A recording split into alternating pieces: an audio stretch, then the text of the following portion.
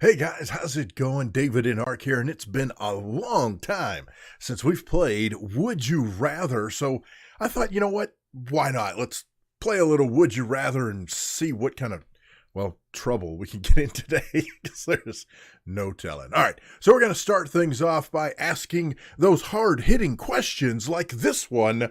Would you rather spend a day with Taylor Swift or spend a day with Beyonce? Wow. That's a good question. I guess if I were given, the day to spend with either one of them, I'd probably pick. I don't know. That's kind of tough. I mean, obviously, it would be awesome to hang out with either one of them. But I would probably say I'd want to hang out with Beyonce. Because I mean, just frankly, she's been around a little longer.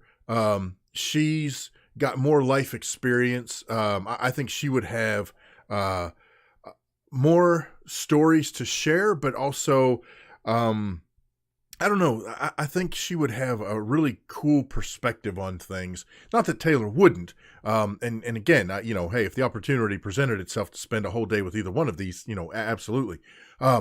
But I think it would be a lot of fun to spend the day with Beyonce and pick her brain, and really not even pick her brain so much as just listen to the stories that she would have to tell, and I would hope that part of that would be something that I could put on the podcast. Now, I'm not quite sure how it would relate to EduTech Guys. That's the podcast that I co-host. But I don't know. We'd figure it out eventually. We'd figure out a way to make it work. But even just all that aside, I think it would be very cool to spend the day with Beyonce. So, all right, there you go. All right, would you rather constantly stumble when walking or constantly stutter, misspelled, when speaking?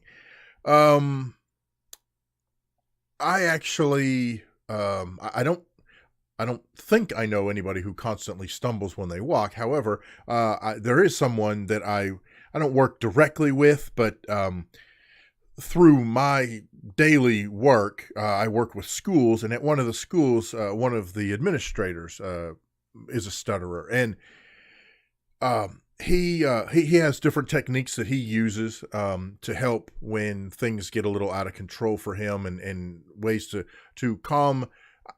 I guess I want to say calm down, but it's more like get control of what he's trying to say. So I would think that for me, I would rather, I think I would probably want to be one of those constantly stutter folks rather than stumbling when I'm walking. I don't think, as far as I know, I don't think stuttering has caused bodily harm. And I'm afraid that if I were to constantly stumble when I walked, I'd be causing harm to me, to other people, to animals, to whatever. Anything that happened to be around, I'd be stumbling all over the place and probably just creating a mess everywhere I went. So I would rather constantly stutter when speaking. And by the way, stutter is Sutter. Just going to throw that out there. All right, there we go. There's your life lesson for the day. All right. Would you rather wear the same thing every day or never wear the same clothes twice? We may have had this question before. I don't remember. But if it were up to me and I had to pick one of these, I would much rather just never wear the same clothes twice.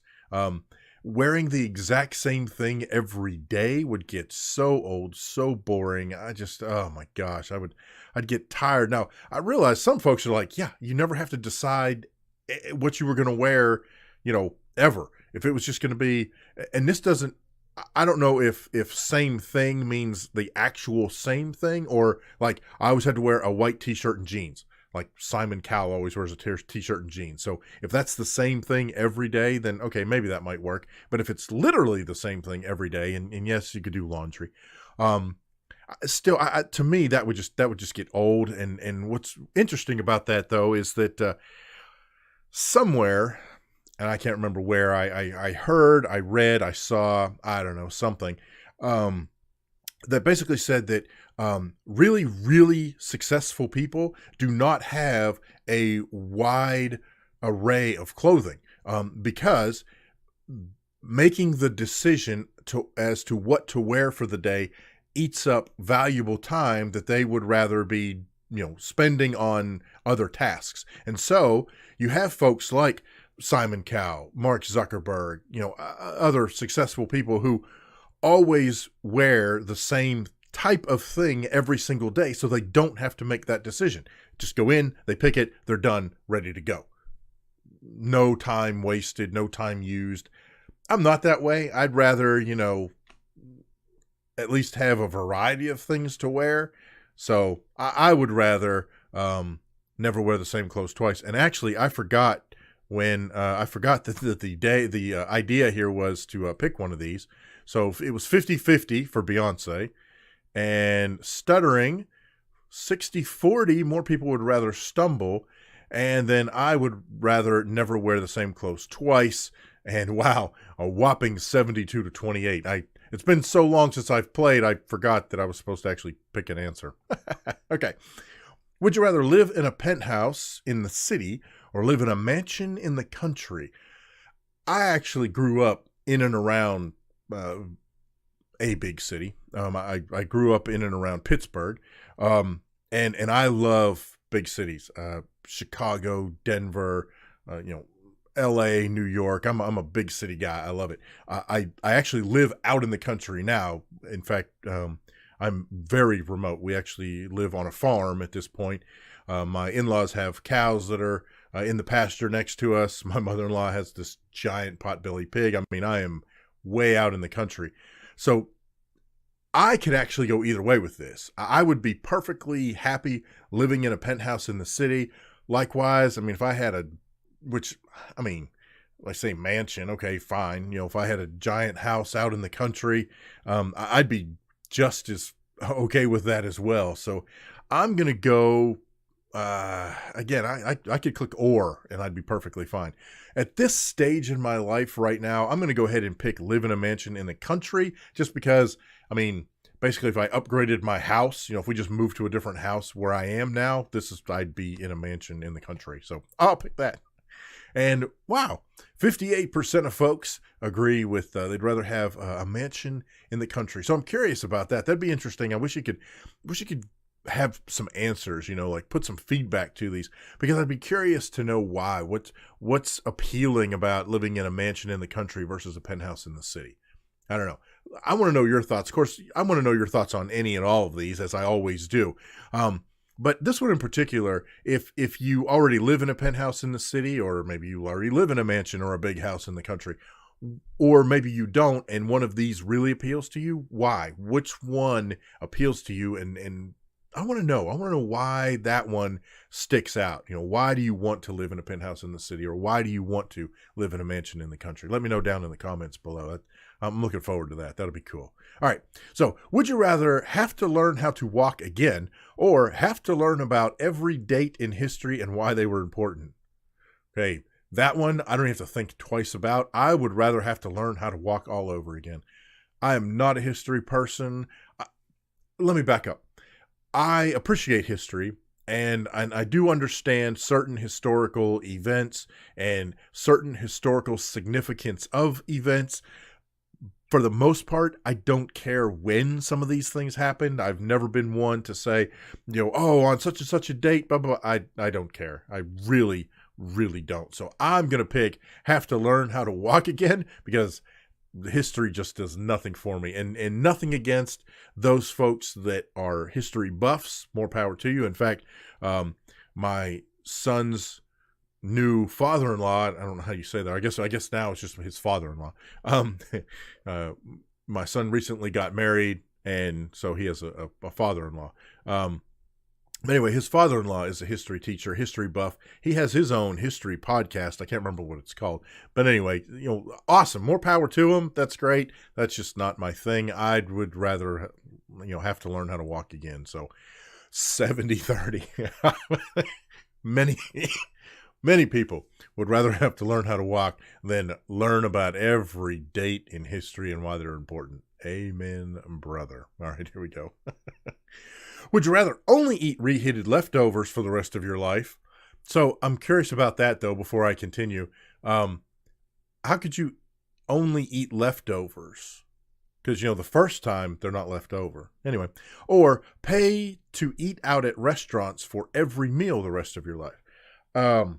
I'm not a leftover person. I can, there are some things that we eat here at the house that there are some meals that I don't mind if I have leftovers. My wife makes some awesome slow cooker lasagna. She makes some incredible slow cooker chicken pot pie.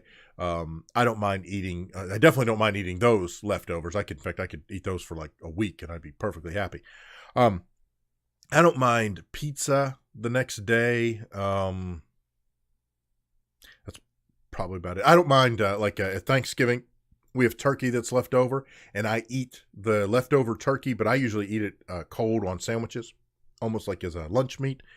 But very few things that I want to do with leftovers. In fact, we generally take the leftovers out to my mother-in-law's potbelly pig and just let the pig, have at it. We used to have goats. We used to have 2 goats, and they eat anything. And so they would get all the scraps of the stuff that we didn't eat because we don't do leftovers. So I would rather have to pay to eat out at restaurants for every meal. You can eat out cheaply. If that's an issue, but the fact that I wouldn't be eating leftovers, or at least I hope they're not leftovers. Anyway, so I would rather pay to eat out. 61% of folks would also rather pay to eat out than have to eat leftovers every single day for the rest of your life. Yes, amen to that. All right, let's see. Would you rather cheese grate your upper arm? Oh my gosh. Or slide down a fireman pole covered in tacks into a pool of rubbing alcohol? Wow. Okay, you guys, whoever comes up with these, man, yikes. All right. So I'd have to take a cheese grater and grate my upper arm. Oh, golly. And it says you must cheese grate your entire upper arm, or you must be completely naked sliding down the pole. Oh my. I would think that in terms of pain and the sustained pain, the cheese grating would have to be way, way worse. I'm thinking if I slide down a fireman pole and it's covered in tacks, yes, I'm going to get tacks all in me, and yes, I'm going to fall into a pool of rubbing alcohol, and I can jump out and eventually, pull all the tacks off me and call that cheese grating your upper arm. If you were to do that, the healing process on that alone would take, oh my gosh, I can't even imagine how long that would take. Several years ago, and I'm talking, golly, at this point, I don't even know how long ago it was. But many years ago, I actually was bitten on the toe by a brown recluse spider, and it got nastily infected, and they had to go in and they had to cut out where the bite was and remove all the skin, and it just left this gaping hole, and they had to do what they call debriding, which is essentially they would soak my foot, and then they would have to take this cloth and this other stuff, and they had to just scrub it. You had to get all of the infection out, and as your skin was trying to grow back over it, they had to scrape all that off. Absolutely painful. I would imagine you have to do the same thing if you cheese grated your arm. Sliding down a fireman pole covered in tacks, yeah, you're going to have tacks all in you, and yeah, you're going to have all these little, places where you're going to bleed because of the tacks all in you. But ultimately, though, you can pull the tacks out, and the rubbing alcohol, it's going to eventually evaporate. My guess is you would probably be over most of the effects of that by, heck, probably by the end of the day if you did it in the morning. The cheese grating? Oh, no, not happening. I'm going to slide down the pole. Those of you that would rather cheese grate your arm, more power to you. That is not for me, my friends. But as always, let me know down in the comment section what you think. Which one would you rather do? Because I'm curious about that one. All right, so this is going to be our last one here. When you rack up a new toilet paper roll, would you rather have it facing the wall or have it facing away from the wall? This is the age-old toilet paper question. Do you Does your toilet paper come over toward you, or is it under and you have to pull from underneath? And if I remember, if memory serves, I think most women like it coming underneath, I think, and most guys prefer over the top or something. I don't know. I'd have to Google that. And frankly, I'm just not, I don't care that much to go Google it. So you can do that if you wish. As for me, I like it to come over the top. To me, that makes way more sense. It comes over the top. It's right there. I can grab it. I don't have to fight underneath it. I don't have to roll it 900 times for it to come loose. No. So I would rather have it facing, I guess that would be facing away from the wall. If I'm reading this question correctly, 75% of folks also would rather have it face away from the wall, which I believe means coming over the top. So there you go. Let me know again down in the comments section below, which way do you like your toilet paper facing? Do you even care? Do you even have it on a roll? I'm just saying, maybe you don't even rack it up. Maybe your toilet paper just sits on the back of the toilet or on a little stand next to the toilet, or I don't know, wherever. Let me know down in the comments section below. I'm curious to see the answers that you guys have to these and any of the questions that we asked today. For that matter, you know me, I'm always open to anything you guys want to talk about, so feel free to leave those questions, problems, suggestions, horror stories down in the comments section below. And thank you guys so much for watching, and we'll see you next time on Would You Rather.